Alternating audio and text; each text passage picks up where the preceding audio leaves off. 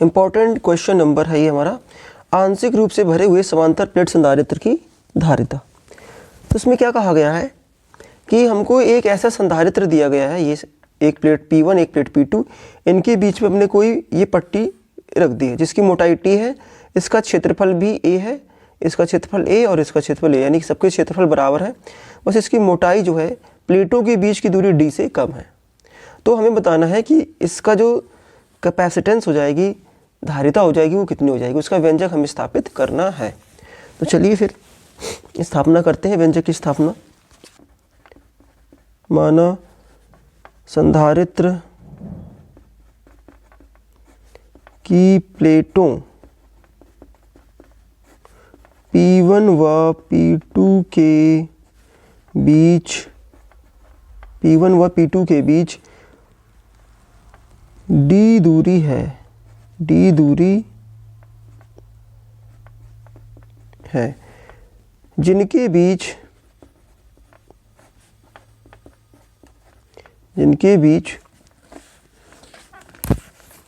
T मोटाई की एक परावैद्युत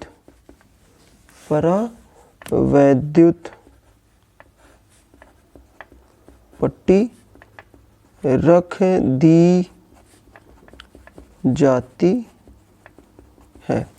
इनके बीच T मोटाई की परावैद्युत पट्टी रख दी जाती है।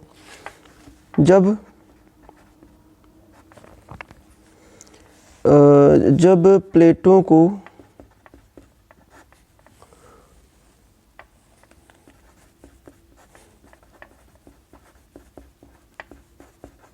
आवेशित किया जाता है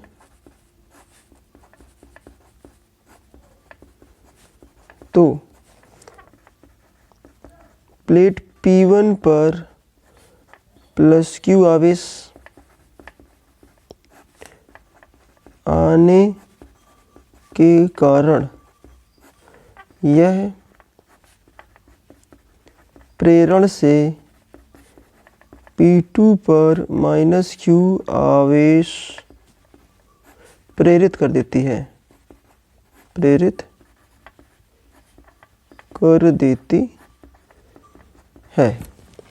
तो इतना आपको यहाँ पर लिख देना है।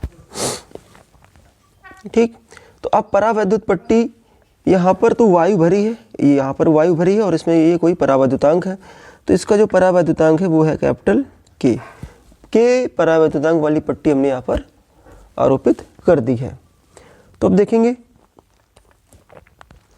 कि इनके बीच शुरुआत में अभी पहले कुछ विभव रहा होगा, अब हमें नया विभव ज्ञात करना है। तो यहाँ पर देखेंगे सबसे पहले कि एक जो है, पहले यहाँ पर एक विभव है जो पहले था, जो खाली स्थान पर है विद्युत क्षेत्र जो है इनके कारण, उसको हमने E वेक्टर कहा है, या उसको हम E0 ले लेते हैं, E0। और एक है जो इसके अंदर होगा, एक विद्युत क्षेत्र इसके अंदर होगा, इसको हम ET कह देते हैं। एक जो है इसके अंदर है उसको हम ET कह देते हैं। ET जो है केवल इसके अंदर स्थित है और ये जो है इसके बाहर स्थित है। तो इस तरीके से हमने यहाँ पर इसको रख दिया है। ध्यान देना, जो ET की दिशा होती है वो विपरीत दिशा में होगा ऐसे, और ये जो होगा वो हमारा इस दिशा में होगा ऐसे, प्लस से माइनस की और ऐसी दिशा में होगा। तभी तो ये इसके अंदर जो है विद्युत क्षेत्र के मान को थोड़ा सा कम कर देता है, कुल विद्युत क्षेत्र के मान को थोड़ा सा कम कर देगा, और जब कम कर देगा तो इसका विभव भी कम हो जाएगा। जब विभव कम हो जाएगा तो हम देखेंगे उसका कैपेसिटेंस बढ़ जाएगा। तो देखेंगे चूँकि Q बराबर होता है C इंटू V, तो इसमें स्मॉल q लिया तो हम स्मॉल q ले लेते हैं। स्मॉल q बराबर होता है C into V, that implies C बराबर हो जाएगा Q बाई V। ये संधारित्र की परिभाषा से है। ये संधारित्र की क्या है परिभाषा से, C क्या है कैपेसिटेंस है, धारिता है, और V विभव है दोनों प्लेटों के बीच में, और Q जो है दिया गया आवेश है। तो यहाँ पर हम चाहें थोड़ा सा लिख भी सकते हैं, C बराबर संधारित्र की धारिता,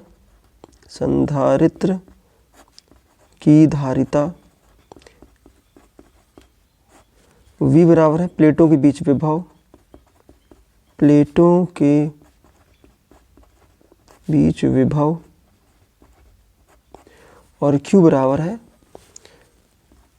प्लेटों पर आवेश, प्लेटों पर आवेश। तो इतना हमने यहाँ पर लिख लिया है। तो अब देखेंगे, अब हम E0 और ET का मान याद कर देते हैं। तो लिखेंगे E0 वैद्युत क्षेत्र, तो E0 बराबर कितना हो जाएगा, प्लेटों के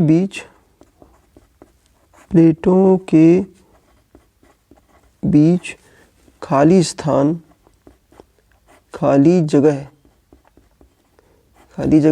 यानी कि वायु में वैद्युत क्षेत्र बराबर कितना हो जाएगा, E0 बराबर हो जाएगा। देखिए मैं यहाँ पर पहले बता देता हूँ कि जैसे मान लेते हैं दो प्लेटें आपको ऐसे दी गई हैं, दो प्लेटें मान लेते हैं आपको ऐसे दी गई हैं, एक प्लस का और एक माइनस का। तो इसकी वजह से तो सिग्मा बटे 2 एप्सिलॉन नॉट बनेगा बाहर की ओर, और इसकी वजह से अंदर की ओर बनेगा सिग्मा बटे 2 एप्सिलॉन नॉट। दोनों जुड़ जाएंगे, आधा आधा एक हो जाएगा, सिग्मा बटे एप्सिलॉन नॉट। लेकिन सिग्मा का मान जो होता है वो होता है Q और बटे A। Q बटे A से जब इसमें भाग देंगे एप्सिलॉन नॉट तो ये हो जाएगा Q बटे A एप्सिलॉन नॉट। तो प्लेटों के बीच जो हमारा वैद्युत क्षेत्र हो जाएगा वो Q बटे A एप्सिलॉन नॉट हो जाएगा।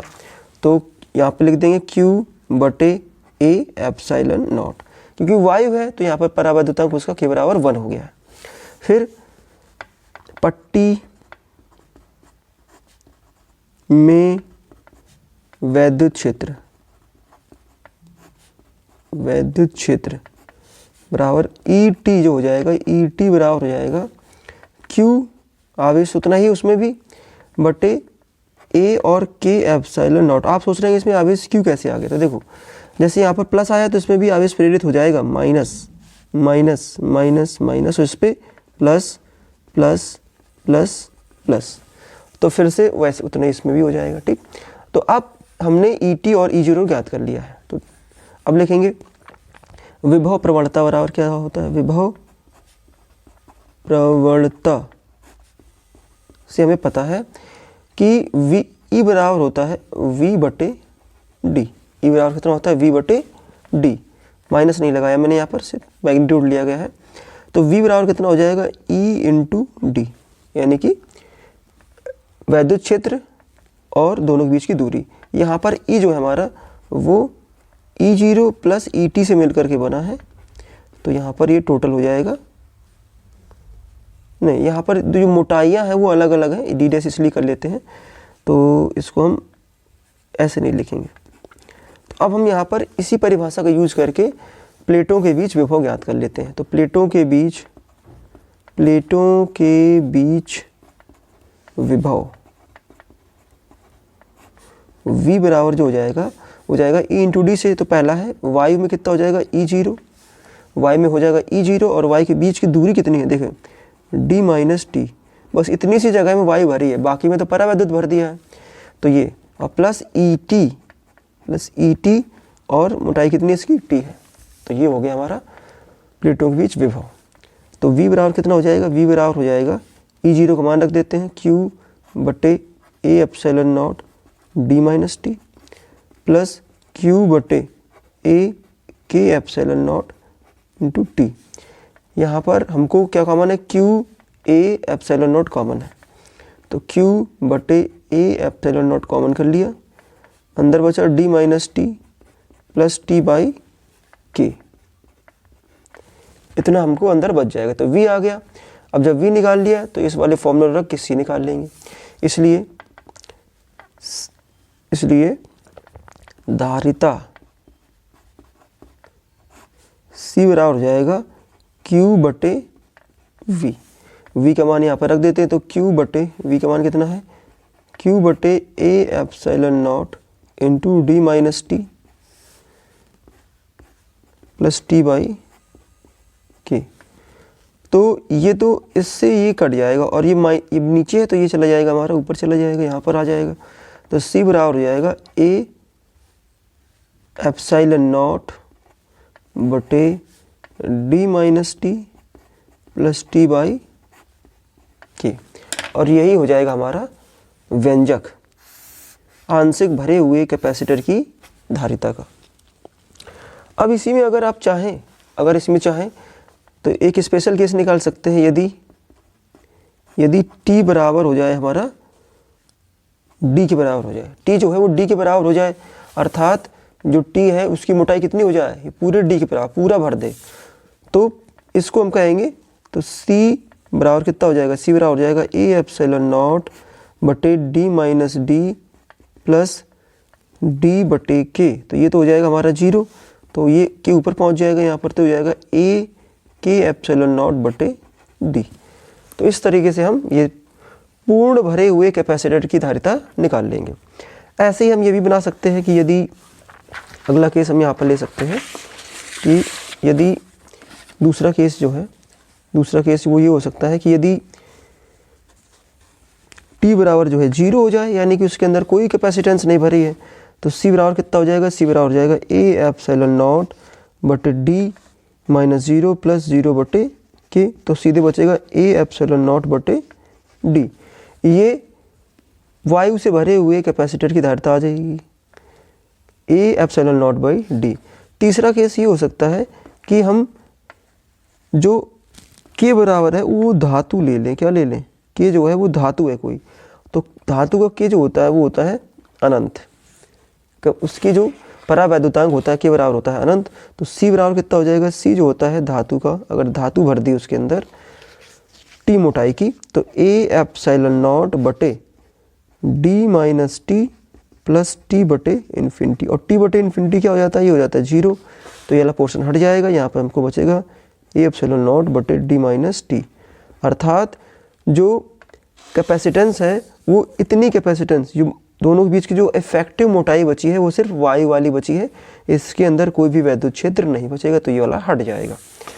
ऐसे ही अगर पूरा का पूरा कैपेसिटर धातु से भर दें, यानी कि t बराबर अगर इसी में d कर दें, तो c धातु कितना हो जाएगा, c धातु बराबर हो जाएगा k a एप्सिलॉन नॉट बटे d minus d plus d बटे अनंत। तो ये भी हो गया 0, ये भी हो गया 0, तो नीचे क्या आ गया, 0 आ गया, और 0 से भाग करेंगे तो आंसर आ जाएगा अनंत। यानी कि धातु से भरे हुए कैपेसिटर की धारिता कितनी होती है, अनंत होती है। तो बस इस तरीके से आप इस क्वेश्चन को आसानी से सॉल्व कर सकते हैं।